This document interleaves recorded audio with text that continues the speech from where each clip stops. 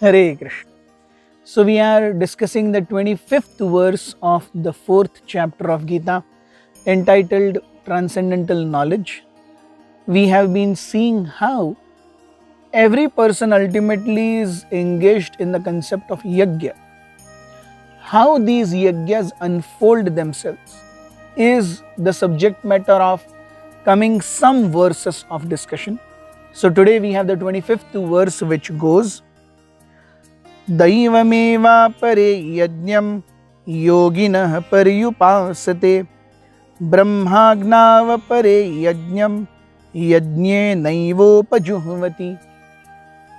Some yogis perfectly worship the demigods by offering different sacrifices to them, and some of them offer sacrifices in the fire of Supreme Brahman.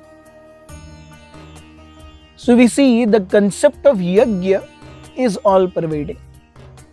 But how this yajna unfolds, the Shastras say three kinds of yajnas. What are they? Karma yajna, jnana yajna, and dhyana yajna. So we have karma, jnana, and dhyan also, which translates into upasana. So karma yajna is wherein I involve my senses. There is active ingredient of satisfaction of desires. But because the result of these desires is offered to Vishnu, it becomes a yajna. So because there is active ingredient of satisfaction of desires or senses, a living entity worships demigods. Because of worshipping demigods, he gets different kinds of benefits from them. When he enjoys those benefits, then he offers the results of those benefits back to them or back to Krishna. So, Daivam apare yajnam. Yes. Yoginah pariyupasate. So, those are on the lower level of yajna. They actively engage senses. Yes. So, we see even today, majority of the people who worship demigods at home, they typically do pancha upasana. You will have everyone's, हर किसी के घर में पंचायतन होगा. पंच आयतन, एक थाली जिसके अंदर भगवान विष्णु, भगवान शिव, दुर्गा, गणेश और सूर्य, इन पांच की उपासना. तो अगर हमें अच्छे से जीवन जीना है तो हमें क्या क्या चाहिए? Oh, I want some stability of mind, Shiva. I want stability of body and senses, Vishnu. I want health good, Surya. I want no problems और obstacles in my life, Ganesh. And ultimately I want my desires to be fulfilled, Durga. So Pancha Upasana. So Daiva Apare Yajnam. I want to satisfy Vishnu, but the road to satisfaction of Vishnu comes through the satisfaction of my own desires. When my desires will be satisfied, then as a result of offering those benefits back to Krishna, a person engages in yajna.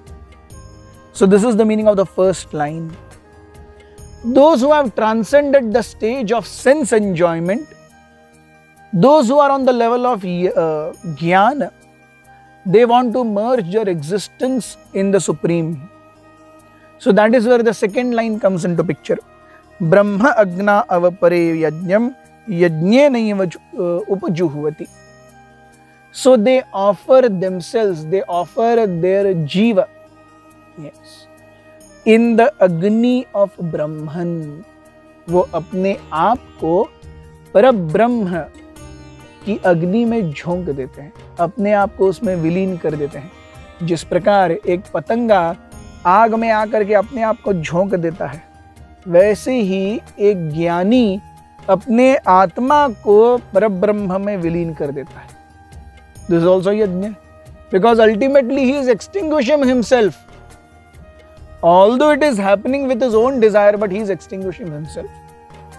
So those who are completely on the level of karma, And those who have no concept of pleasing the Lord, they only have Jnana Pipasa. They merge themselves into the Supreme. Yes. So this is where we see Krishna explains that ultimately every person must engage in यज्ञ, दान and तप. यज्ञ, दान और तप ये हर किसी को अपने जीवन में करने ही पड़ेंगे. Krishna says in Bhagavad Gita, Pavanani Manishinam, even the best of people are still purified by the practice of yajna, dan and tapa. How this unfolds on a lower level, we'll be seeing in coming verses. Please do be with us. Hare Krishna.